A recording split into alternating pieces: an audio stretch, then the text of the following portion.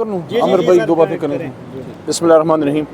اللہم صلی وسلم مبارک علی سیدنا محمد وعلی آل محمد. سب سے پہلے میں آپ کو اپریشیٹ کرتا ہوں ہماری میڈیا کے دوست یوٹیوبرز ہمارے بھائی جو کھڑے ہیں اور میڈیا کے ہمارے بھائی کہ اس وقت یہاں پہ میرے خیال میں کہ پراپر سسٹم ہونا چاہیے اسلام آباد ہائی کورٹ کے باہر جیسے سپریم کورٹ کے باہر ہوتا ہے کہ میڈیا کے لیے پراپر ایک جگہ ہو جہاں وہ عزت سے ہوں اور گرمی کا موسم ہے ان کو پانی شانی ہو سایہ ہو اور وہاں جو بھی کسی نے کوئی بات کرنی ہے وہ کرے کیونکہ میڈیا بہرحال اسٹیٹ کا چوتھا بڑا مضبوط پلر ہے اور ہر جگہ میڈیا کو سپورٹ کرنا چاہیے کیونکہ بدقسمتی سے جب ہم اپوزیشن میں آتے ہیں ہم سیاستدان اپوزیشن میں ہمیں میڈیا یاد آتا ہے حکومت میں کم آتا ہے تو یہ سب کے لیے ہے کہ اگر اس میڈیا کو آپ مضبوط کریں گے کل کو یہ آپ کے ہی کام آئے گا جب آپ کے ساتھ ظلم ہوگا.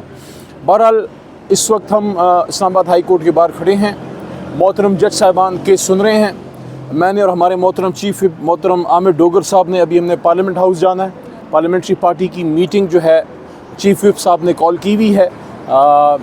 چیئرمین بیرسٹر غور صاحب اور عمر ایوب صاحب نے بھی ایک امپورٹنٹ پریس کانفرنس آج کی ہے مین آفس میں اور ابھی سب نے پارلیمنٹری پارٹی میٹنگ میں آنا ہے. کیس خان صاحب کا سائفر کا چل رہا ہے.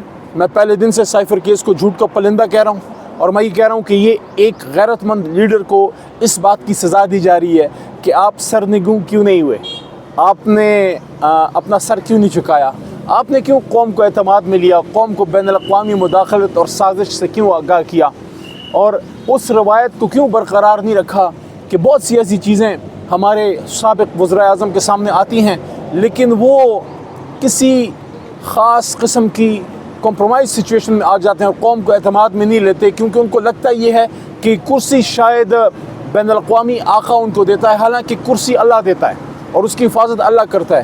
اگر کرسی میں اور اقتدار میں عزت ہوتی تو آج بہت سے لوگ جو ان ایوانوں میں کرسیوں پر بیٹھے ہیں ان کے پاس عزت ہوتی لیکن اللہ نے عزت کدھر رکھی ہے؟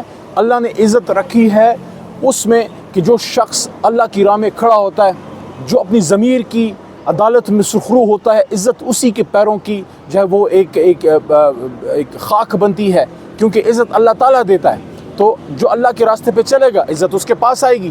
تو عزت اس وقت اڈیالہ کے ایک قیدی کے پاس ہے. اللہ نے اس کو سرخرو کیا ہے کیونکہ وہ قوم کے لیے کھڑا ہے. عمران خان کا کوئی ذاتی لڑائی تو نہیں تھی امریکہ سے. عمران خان کا کوئی بنی گالہ کا کوئی 5 مرلے زمین تو کسی نے نہیں دبائی تھی امریکہ میں جو وہ وائٹ ہاؤس کے اور ان کے اور میسج کیا تھا؟ لڑائی کا میسج نہیں ہے. ہم کوئی لڑائی بڑھائی والے اور کوئی ہم غیر مہذب یا کوئی جذباتی لوگ نہیں ہیں. ہم ہر ملک سے دوستانہ تعلق چاہتے ہیں امریکہ سے بھی لیکن میسج عمران خان صاحب کا یہ تھا کہ میں نہ نواز شریف ہوں نہ میں آصف زرداری ہوں, میں عمران خان ہوں. میں دوستی کا ہاتھ بڑھاؤں گا لیکن ہاتھ میرا اس طرح آئے گا نیچے سے نہیں آئے گا, غلامی کا نہیں ہوگا, سر جھکا کے نہیں ملوں گا, سر اٹھا کے ملوں گا اور آنکھوں میں آنکھیں ڈال کے بات کروں گا. یہ چیز شاید آقا کو پسند نہیں آئی اور جب یہاں سے ایبسولوٹلی ناٹ کی بات آئی تو انہوں نے تو ہمیشہ ایبسولوٹلی یس سنا تھا بلکہ انہوں نے تو دونوں ہاتھوں سے سلام دیکھے تھے ہمارے ارباب اقتدار کے جب عمران خان صاحب نے بین الاقوامی آقا کو نو کہا اور جب وہاں امریکہ میں جا کے حرمت رسول کی جنگ لڑی اور جب دنیا کے سامنے اسرائیل کے خلاف فلسطین کا مقدمہ رکھا تو پھر بین الاقوامی حرکت میں آئے اور ہمیشہ شاہ سے زیادہ وفادار مل جاتے ہیں.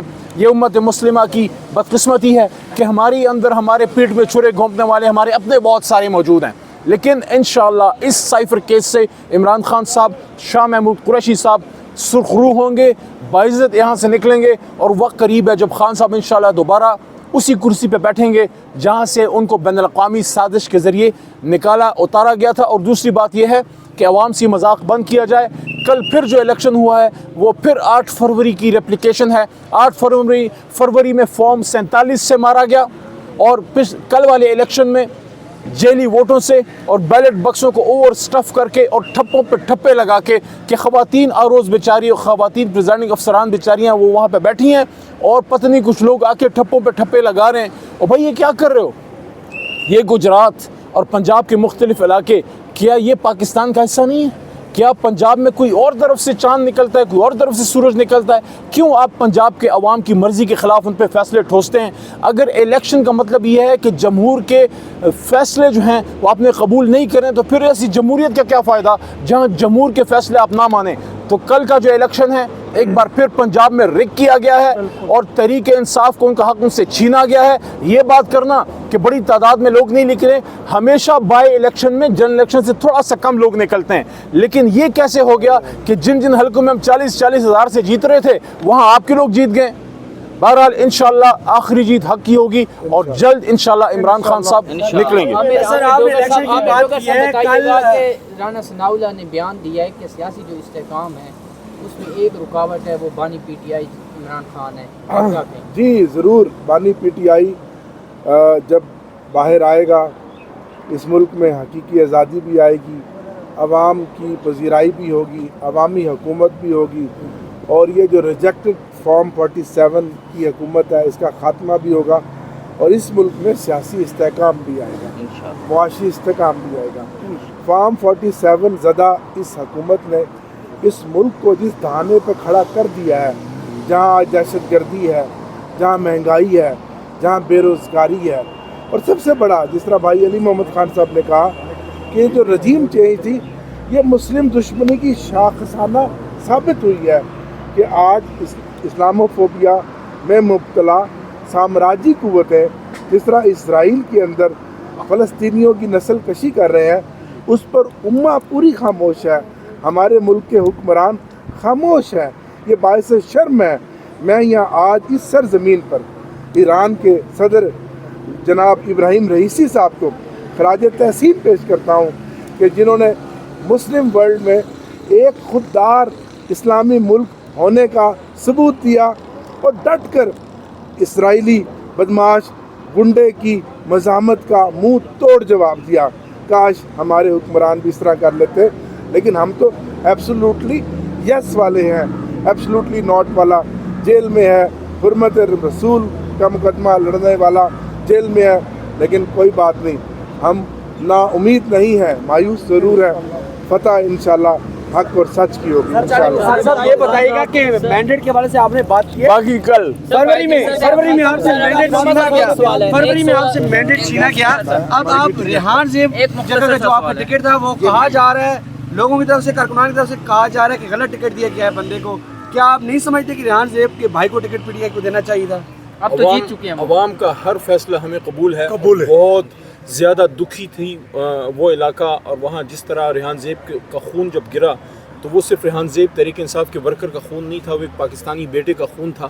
اور ہم نے اسی دن یہ بات کی تھی کہ ہم انشاءاللہ ریحان زیب صاحب کے خاندان کو ہم انصاف دلائیں گے. باقی انصاف اللہ دیتا ہے. جہاں تک ٹکٹ کا تعلق ہے, دیکھیں پارٹی کے فیصلے ہیں, اس پہ میں کچھ نہیں کہنا چاہتا, لیکن میں یہ ضرور کہنا چاہتا ہوں کہ باجوڑ کا کہ عوام کا ہر فیصلہ پاکستان تحریک انصاف اس کو اپنے سر آنکھوں پہ رکھتی ہے, اور ریحان زیب تحریک انصاف کا ایک اثاثہ تھا. اور مبارک زیب جہاں تک ان کا تعلق ہے وہ جیتے ہیں, عوام کا فیصلہ ہے. میں مبارک زیب صاحب کو مبارکباد دیتا ہوں, اور میں توقع کرتا ہوں کہ پارٹی انشاءاللہ ان کو جلد تحریک انصاف میں لے کے آئے گی, کیونکہ وہ ریحان زیب تحریک انصاف کا ورکر تھا, عمران خان صاحب کا سپاہی تھا. باقی جو ہمارے ساتھی وہاں سے ہارے ہیں وہ بھی عمران خان کے سپاہی ہیں, گلظفر خان, وہاں گلداد خان, سارے. ہمارا مقابلہ آپس میں نہیں ہے, ہمارا مقابلہ اس سے ہے جس نے 8 فروری کو ہم سے الیکشن چھینا اور جس نے 9 اپریل کی رات عمران خان صاحب کی حکومت جو ہے الٹی تھی. انشاءاللہ عمران خان صاحب دوبارہ پاکستان کے وزیر اعظم بنیں گے. اور میں یہ بھی یقین دلانا چاہتا ہوں کہ جو وعدہ وزیر اعلیٰ خیبر پختونخوا علی امین خان گنڈاپور نے کیا تھا ریحان زیب صاحب کی فیملی سے, شہید کی فیملی سے, انشاءاللہ وہ شہید کی فیملی کے ساتھ کھڑے ہوں گے. ان کو جتنی سپورٹ چاہیے ہوگی انصاف لینے کے لیے. اچھا علی محمد خان صاحب بتائیے گا, افنان اللہ صاحب نے کہا ہے کہ 8 فروری کو ثابت ہو گیا کہ جو الیکشن ہمیں ہروایا جا رہا تھا, کل کے الیکشن سے ہمیں ثابت ہو گیا کہ ہم جیت گئے تھے, ہرانے کی کوشش کی گئی تھی. کیا کہیں گے؟